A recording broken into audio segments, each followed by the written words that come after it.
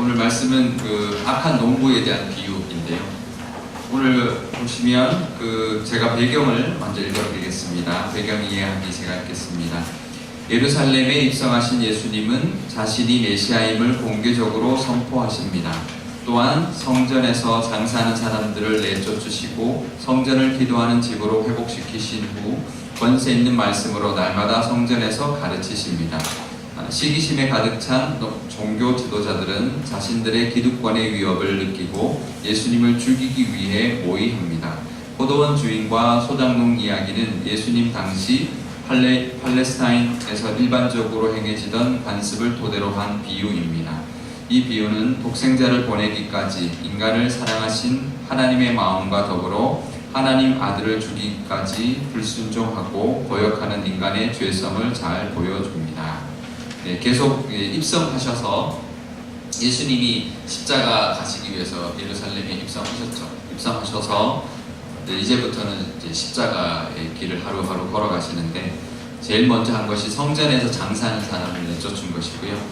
그 다음에는 성전에서 가르칩니다. 그리고 회복을 시키시는 거죠. 성전은 기도하는 집이다. 그리고 성전에서 하나님의 말씀을 예수님이 가르치니까 종교 지도자들이 이제 시기심이 이제 가득했죠. 그래서 앞에 이제 무슨 권세로 가르치냐, 그러니까 예수님이 세례 요한이 그러면 무슨 권세로 세례를 했느냐, 하늘로부터냐 사람으로부터냐 이제 그렇게 질문하니까 이제 바리새인들이 곤란한 질문이에요. 그 질문을 피하죠. 그런 식으로 해서 예수님이 계속 그 말씀을 전하고 그러면서 오늘 말씀에는 포도원 주인과 소장론 이야기를 하면서 지금 이제 종교 지도자들이 이제 어떤 식으로 지금 선지자들을 하나님이 보낸 선지자들을 배척했고 아들까지 이제 죽인다는 것을 지금 말씀하고 있습니다. 그래서 말씀 나누기 1번 보시면 관찰과 묵상 제가 읽겠습니다. 본문의 비유에서 포도원 주인, 소작인 농부, 주인의 종이 상징하는 바는 각각 무엇인가요?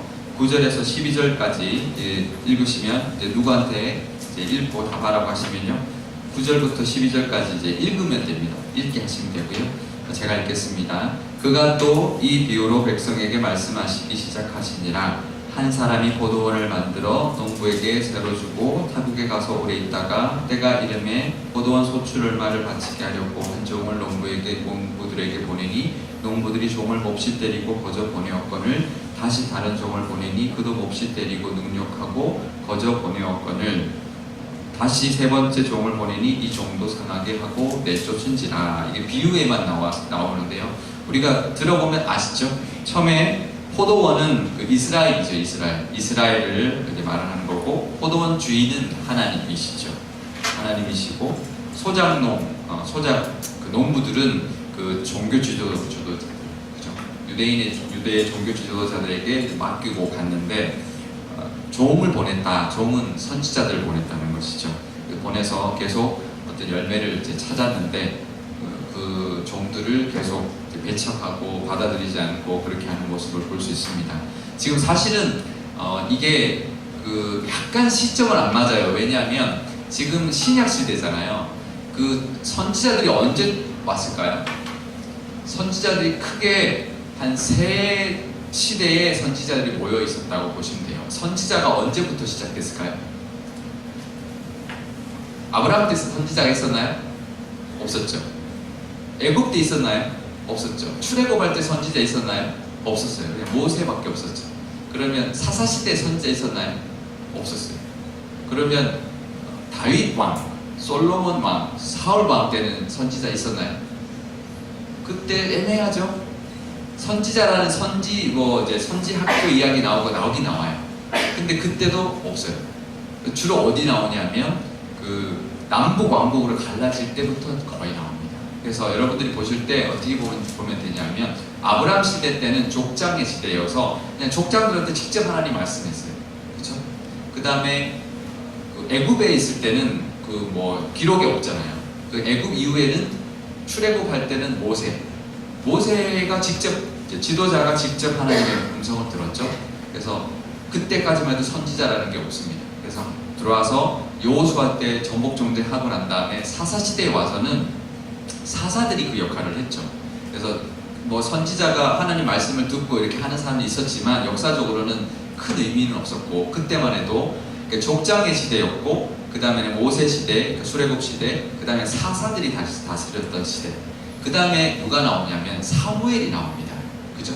사무엘이 나올 때 이 사무엘이 사울 왕을 세우고, 그 다음에 제사도 지냈고, 그 다음에 하나님 말씀도 전했기 때문에 사무엘이 굉장히 중요한 인물인데요. 사무엘이 어떤 사람이냐면 마지막 사사이기도 하고, 그리고 사사 시대가 끝났죠. 그 다음에 선지자이기도 했어요. 그죠? 그 다음에는 제사장이기도 했어요. 제사도 지냈으니까 이 세 가지 역할을 다 했습니다. 그러면서 시대가 바뀌어서 왕정 시대가 오죠. 왕정 시대가 와서 왕이 다스리기 시작하잖아요. 그러면 그때부터 사실은 백성들, 그 왕이 있을 때 제사장이 있죠. 그러면서 이제 하나님이 세우신 선지자들이 있지만, 다윗과 사울 왕과 다윗과 솔로몬 때까지만 해도 거의 선지자가 아직 나타나진 않아요. 그 이후에 선지자가 나타나기 시작합니다. 남북 왕국으로 갈라지면서 아합 왕이 나올 때 어느 선지자가 나오죠? 엘리야, 그죠? 엘리야, 엘리사가 그때부터 선지자가 가장 대표적인 선지자가 엘리야, 엘리사 시대가 이제 시작되죠. 그래서 선지자는 그때 남북 왕국에 갈라져서, 특별히 북왕국이 하나님 보시기에 이제 아름답지 않고 하나님 보시기에 악을 행하고 우상을 숭배하니까 거의 북왕국에 엘리야, 엘리사가 가서 그러면 안 돼, 이렇게 전하는 거잖아요, 그죠? 그러다가 나중에 이사야 시대부터는 이제 그 선지자들이 책을 쓰기 시작합니다. 선지서를. 그래서 이사야서부터 시작해서 예레미야, 이렇게 선지자들이 이제 성경을 쓰기 시작하는데, 그때는 주로 어느 때냐면 북왕국이 멸망하기 전에, 그러다가 멸망한다, 얘네들 멸망한다, 이게 집중돼요. 그때 선지자들이 막 모여서 나옵니다. 그러다가 북왕국이 멸망하죠. 그러면 이제 남유다가 남았잖아요. 남유다가 잘하다가 못하다가 이러다가 나중에 남왕국도 망하기 직전에는 또 하나님 막 선지자를 보내. 그러다가 니네도 망한다 이렇게 해서 몰려 있습니다. 망할 때 몰려 있어요, 두 나라가. 그리고 이사야나 뭐 예레미야는 긴 선지자들이요, 대선지서라고 하는데 기간도 길어요. 그리고 내용도 깁니다. 그래서 이제 계속 말씀하시죠. 이제 그러다가 이제 멸망한다, 우상 숭배하지 말고 돌아와라. 그러다가 결국은 멸망하고 포로로 갔다가 나중에 돌아올 것이다까지 예언을 하죠. 그리고는 나중에 포로에서 돌아옵니다. 돌아와서 처음에는 굉장히 잘했어요. 다시 우리가 하나님 앞에 죄를 져서 우리가 이렇게 멸망을 했고 포로를 갔으니까 이제 잘하자. 그러면 잘했을까요? 그 다음부터 처음엔 잘했죠. 그 다음에 또 범죄합니다. 그럼 또 선지자를 보내죠. 그러면 안 된다. 네, 그래서 주로 크게는 북왕국이 망할 때, 그러니까 북왕국이 처음에 범죄할 때 엘리야, 엘리사, 그 다음에 북왕국이 망할 때, 남왕국이 망할 때, 그 다음에 돌아와서 포로기 이후에 또 범죄할 때, 이렇게 크게 이렇게 몰려있다고 보시면 돼요. 그러면 예수님 때는 말라기부터 예수님까지 한 300~400년 지나서 예수님이 오셨거든요. 그때 선지자가 있었나요? 없었어요. 그러면 지금 종교 지도자들은 선지자들하고 별로 상관없어요. 그래서 사실은 이 말씀을 할 때 선지자들 보냈는데 니네들이 다 거부했다? 그 종교 지도자들이 거부한 건 아니에요. 그렇죠? 그래서 이 비유가 어떻게 보면 직접적인 이 지도자들에 대한 거라기보다는 예수님의 지금 예언이죠. 그동안 이스라엘 백성들에게 선지자들을 보냈는데 니네들이 다 배척을 했다. 이제 아들을 왔는데 아들을 죽였다. 이제 지금 아들 죽이는 거는 지금 앉아있는, 듣고 있는, 예수님 앞에 듣고 있는 그 선지자들인 거죠. 그 지도자들인 거죠. 네, 그래서 이 비유의 말씀은 어떻게 보면 살짝 시점으로는 맞지 않지만 예수님이 그동안 이스라엘 역사를 쭉 이야기하면서 하나님 그렇게 너네들한테 선지자도 보내고 했지만 받지 않았고, 지금 아들이 왔는데도 너네들이 지금 아들로 대해주지 않고 결국은 죽일 것이다 라는 것을 예언하고 있는 것입니다. 그렇게 보시면 되겠고요. 그 다음에 적용과 나눔으로 보시면 하나님이 내게 맡기신 포도원은 무엇인가요? 이거는 사람들마다 맡긴 포도원이 있다는 거죠. 사람마다 우리에게 각자에게 맡긴 게 있습니다. 나에게도 맡긴 게 있습니다. 뭐 가정이고 또 자녀이고 일터이고 그런 것도 있고요. 그 다음에 개인적으로 볼 때는 나의 재능, 은사, 물질, 시간, 건강 뭐 이런 것들을 하나님 맡겨주셨죠. 우리에게 맡겨주신 겁니다. 그래서 우리는 어떤 그 주인은 누구냐? 물질과 뭐 모든 가정과의 주인은, 자녀까지도 주인은 하나님이시다라는 것을 고백하는 게 중요하고요. 포도원지기들이 그걸 하지 않았던 거죠. 자기가 주인인 양 행세했으니까 나에게 주어지신 것도 주인은 하나님이시다. 그럼 나는 무엇인가? 그것을 잘 관리하는 청지기다. 그런 개념이 중요합니다. 그래서 우리가 청지기로서 주인이 원하는 모습으로 잘 관리를 하고 잘 이끌고 잘 그것을 이제 잘 하나님 앞에 보시기에 하나님이 원하시는 대로 잘 이끌고 나가야 되는데요.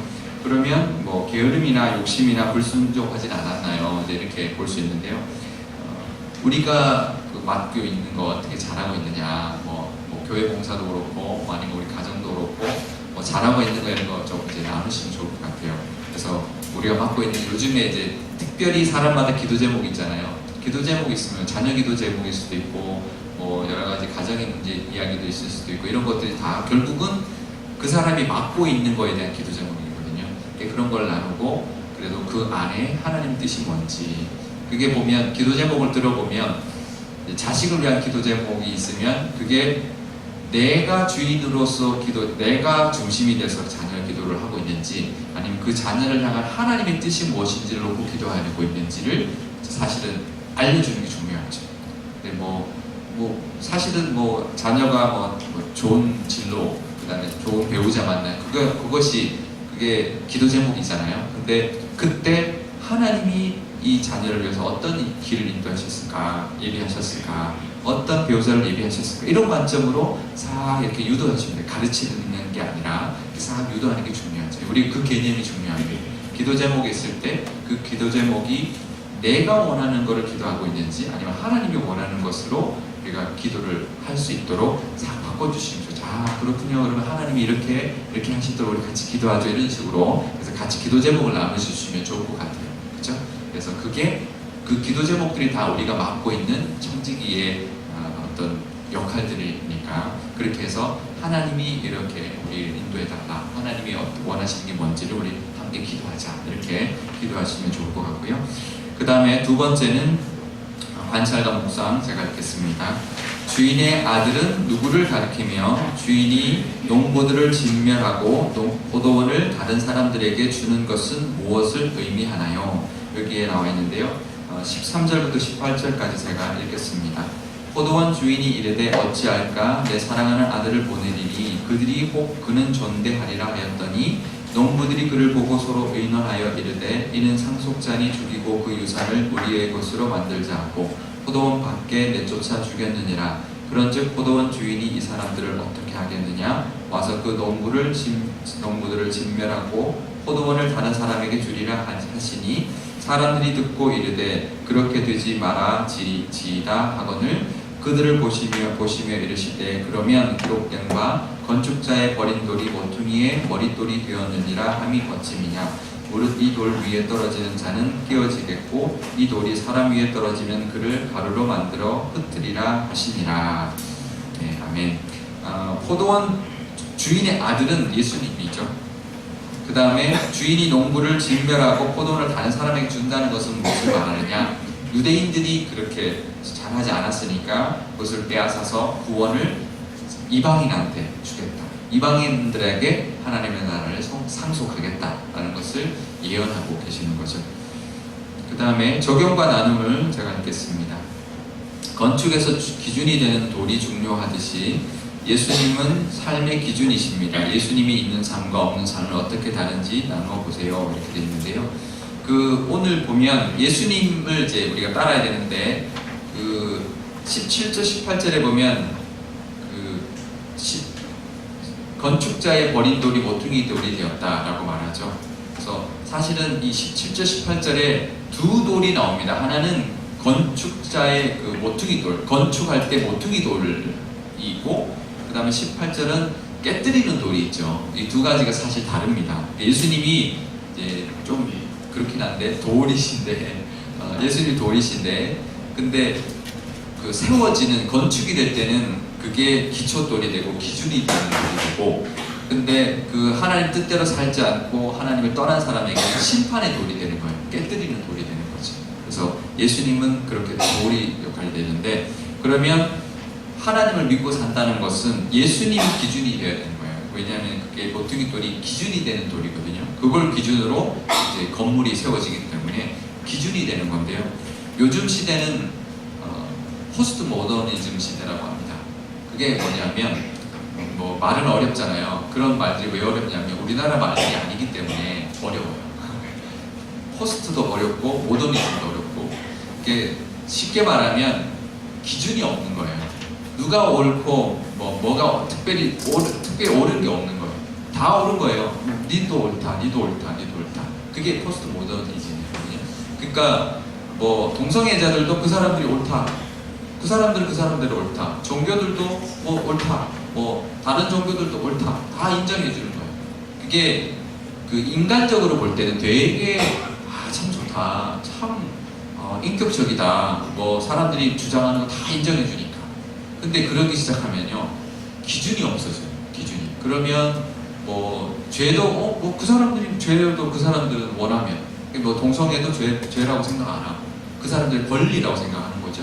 그 다음에 다른 것들도 마찬가지예요. 뭐 소수자들 중에서도 그게 어떨 때는 소수자들이 핍박받지만 권리를 주장하는 거면 괜찮은데, 그게 진리랑 어긋나는 어떤 그런 행동을 하면서도 우리의 권리다, 그러면서 우리는 우리의 권리를 보장해달라, 이렇게 하면 그것도 인정해줘야 되는 것이 지금 시대거든요. 근데 기준이 있어야 되는 거예요. 기준이 없으면 안 되는 거죠. 기준이 우리는 말씀에서 뭐라고 하느냐. 왜냐하면 기준을 아무도 정할 사람이 없어요. 이 세상에 누가 기준을 정하겠습니까? 기준 정할 수 있는 사람은 없어요. 그러면 기준이 없다 그러면 혼란해지죠. 그러면 죄가 만연해질 수밖에 없습니다. 그러면 우리는 이제 기준을 성경으로 잡아야죠. 그래서 사람들이 보면 우리 교회 다녀도 자기 생각이 다 다르잖아요. 그 생각대로 그게 옳다고 생각하는 거예요. 그러면 그래 맞아요, 이렇게 다 해줄 수는 없는 거예요. 우리는 그래도 성경은 이렇게 말해, 가르치면 안 되고 그거 아니야 이렇게 하면 안 되고, 그래도 성경은 이렇게 말을 해. 성경에서 성경이 이렇게 한데, 이렇게 성경을 이야기해 주시는 게, 나는 그렇게 생각해 안 해, 이렇게 이야기하면 안 되는 거죠. 그래서 우리 교회 모임할 때 제일 중요한 게, 지금 이제 특히나 선거 중이나 이제 그 누구 찍을까, 뭐 아니면 어느 정당 아니면 어느 후보자에 대한 지지나 비판을 하면 안 됩니다. 우리는 예수님 파고 예수님의 있기 때문에 성향이 있을 수는 있어요. 나는 약간 보수, 나는 약간 진보. 그렇지만 그거는 그냥 나 개인적인 성향인 거지. 그거를 교회에서 드러내면 안 돼. 우리는 그냥 예수님. 그래서 같이 기도해야죠. 교회가 좋은, 이 나라가 좋은 지도자가 나오게 기도하자 그래야지. 누가 되면 안 돼. 누구를 지지해. 이렇게 하면 안 됩니다. 그걸 이제 드러내면 안 되죠. 자기 성향은 자기가 가지고 있는 거고, 누구 찍을 거는 자기만 알고 계시고 물어보지 마시고. 그래서 기준은 항상, 그래서 누가 되든지 간에 하나님의 뜻대로 이 나라가 지도자들이 하나님의 뜻에 맞게 잘 나라를 이끌고 가게 해달라고 우리 같이 기도하자, 그렇게 해야 되고요. 기준은 늘 성경입니다. 내 성향이 아니라 나의 어떤 정치적인 성향이나 나의 그게 아니라 기준은 항상 성경이라는 것. 그래서 그것을 가능하면 그런 거 막 이야기할 때는 그래도 우리가 이제 자꾸 말씀 쪽으로 이렇게 유도를 하시면 좋을 것 같습니다. 그래서 항상 예수님이 기준이 되고, 예수님을 항상 이야기하셔서 모든 것의 대화에 기준을 예수님으로 잡아주시면 좋을 것 같습니다. 말씀 다지기는 제가 읽겠습니다.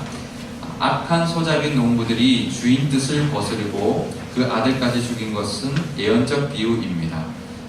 이스라엘 백성은 거듭해서 하나님을 거역했고, 이 비유의 비극적 사건은 하나님의 아들이신 예수님을 성문 밖에서 죽임으로써 성취됩니다.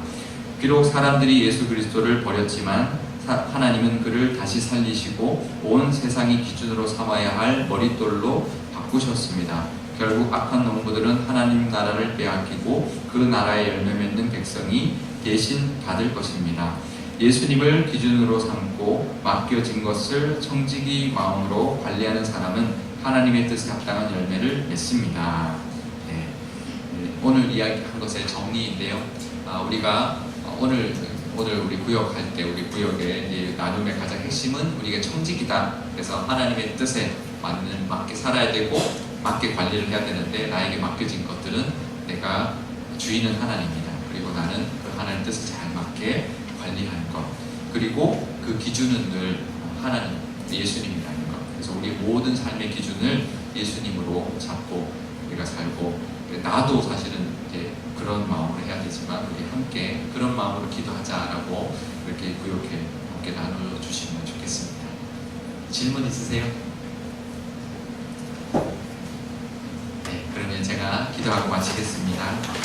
아버지 하나님 감사합니다. 우리 이스라엘 백성들은 하나님이 사랑하셔서 그 몇천 년 동안 선지자를 보내고 또 하나님에게 돌아오게 했지만 그들이 돌아왔다가도 잠시 돌아왔다가도 또다시 범죄하고 우상을 숭배하고 나중에 포로로 돌아와서 잘 섬기다가도 이제는 율법이라는 그런 교만이라는 그런 모습으로 하나님을 떠나서 자기들이 좋아하는, 자기들이 좋은, 남들이 보기 좋아하고 사람들에게 인정받는 종교 지도자들의 모습으로 변질되었습니다. 아버지 하나님, 우리가 하나님이 맡겨주신 것을 잘 관리하는 포도원직이라는 것을 기억하게 하여 주시옵소서. 주인이 하나님이라는 것, 그리고 나에게 맡겨진 것이 있다는 것을 기억하게 하여 주셔서 나에게 주어진 시간이나 물질이나 가정이나 모든 것이 하나님이 나에게 맡겨주셨고 이것의 주인은 하나님이라는 것을 고백하게 하여 주시옵소서. 그리고 우리가 열심히 그것을 잘 관리하여서 하나님께 영광 올려드리는 그런 저희들이 될 수 있도록 우리 모든 기도 제목이 그런 관점으로 하나님이 주인이시며 하나님이 원하시는 대로 이루어지기를 기도할 수 있는 저희들 되게 하여 주시고, 예수님이 이 땅에 오셨습니다. 그 예수님을 영접하지 못한 사람들이 있는데 우리는 예수님을 영접했으니까 그 예수님이 늘 기준이 되게 하여 주셔서 우리 삶의 모든 기준, 나의 생각과 가치관과 우리 행동의 기준이 예수님이 되게 하여 주셔서 예수님이라면 이것을 어떻게 생각하실까, 어떤 것을 원하실까라는 것을 늘 기억하며 살아가고 우리 구역들마다도 예수님이 주인 되어 주시고 예수님이 기준이 되어 주시기를 간절히 원하옵나이다. 이 모든 말씀 우리 주 예수님의 이름으로 기도드리옵나이다. 아멘.